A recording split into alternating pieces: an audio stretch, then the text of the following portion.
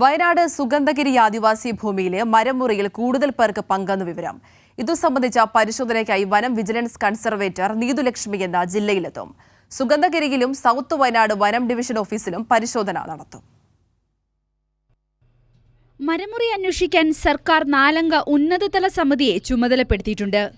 അപകട ഭീഷണിയിലുള്ള 20 മരങ്ങൾ മുറിക്കാനാണ് south Wayanad DFO അനുമതി നൽകിയത്. എന്നാൽ 102 മരങ്ങൾ മുറിച്ചതായാണ് കണക്ക്. ചില ഉദ്യോഗസ്ഥരുടെ അറിവോടെയായിരുന്നു മരമുറി. പൊതുജനങ്ങളുടെ പരാതിയെ തുടർന്ന് റേഞ്ച് ഓഫീസർ ആദ്യം നടത്തിയ പരിശോധനയിൽ 16 മരങ്ങൾ കൂടുതൽ മുറിച്ചതായി കണ്ടെത്തി. തുടർന്ന് കഴിഞ്ഞ ഫെബ്രുവരി 27-ന് 2 കേസ് രജിസ്റ്റർ ചെയ്തു. ഇത് DFOയെയും വിജിലൻസ് വിഭാഗത്തെയും അറിയിച്ചു. വീണ്ടും പരാതി ഉയർന്നതിന്റെ അടിസ്ഥാനത്തിൽ കൂടുതൽ വനപാലകരെ ഉൾപ്പെടുത്തി പരിശോധിച്ചപ്പോൾ 50 മരങ്ങൾ കൂടി കൂടുതലായി മുറിച്ചു കടത്തിയതായി കണ്ടെത്തുകയും കേസെടുക്കുകയും ചെയ്തു. മാർച്ച് 23-നായിരുന്നു ഈ പരിശോധന. ഇതോടെയാണ് വനംവകുപ്പ് ഉദ്യോഗസ്ഥരിൽ ചിലരുടെ ഒത്താശയോടെയാണ് മരമുറി നടന്നതെന്ന ആക്ഷേപമുയർന്നത്.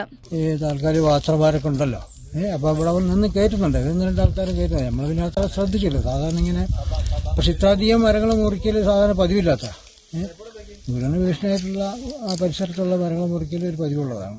അപേക്ഷ കൊടുത്തു കഴിഞ്ഞാൽ അതിന് പെർമിഷൻ തരും, അത് മുറിക്കാനുള്ള ഉത്തരവ് തരും. അതിന് കടലാസിൽ ഇന്നുന്ന മരങ്ങൾ കൃത്യമായിട്ട് ഉണ്ടാവും. നമുക്ക് പെർമിഷനുള്ള 10-15 മരമാണെങ്കിൽ 10-50 മരങ്ങളൊക്കെ മുറിച്ച് കൊണ്ടുപോകാഞ്ഞാൽ തീരെ വിവരമില്ലാത്തവർ ചെയ്യുന്ന പണി പോലെ ആയിപ്പോയില്ലേ. മരമുറിയിൽ ഉന്നത ഉദ്യോഗസ്ഥർ ജാഗ്രത പുലർത്തിയില്ലെന്ന് കണ്ടെത്തിയിട്ടുണ്ട്. കരാറുകാരനുമായി ധാരണാപത്രം ഒപ്പിട്ടാണ് 20 മരം മുറിക്കുവാനുള്ള അനുമതി സൗത്ത് വയനാട് DFO നൽകിയത്. ധാരണയ്ക്ക് വിരുദ്ധമായി മരങ്ങൾ മുറിച്ച സാഹചര്യത്തിൽ ധാരണാപത്രം റദ്ദാക്കേണ്ടതാണ്. ഇത് സംബന്ധിച്ച വിവരങ്ങൾ യഥാസമയം മേലുദ്യോഗസ്ഥരെ അറിയിക്കുകയും വേണം. കുറ്റകൃത്യത്തിന്റെ കാഠിന്യം കണക്കിലെടുത്ത് കരാറുകാരനെതിരെ കർശന നടപടി ഉണ്ടാവുകയും വേണം. അതുണ്ടായില്ല. ആദ്യം കേസ് രജിസ്റ്റർ ചെയ്തതിനു ശേഷവും പ്രതികൾ മരം മുറി നടത്തിയതായും ആരോപണമുണ്ട്. കൈരളി ന്യൂസ്, വയനാട്.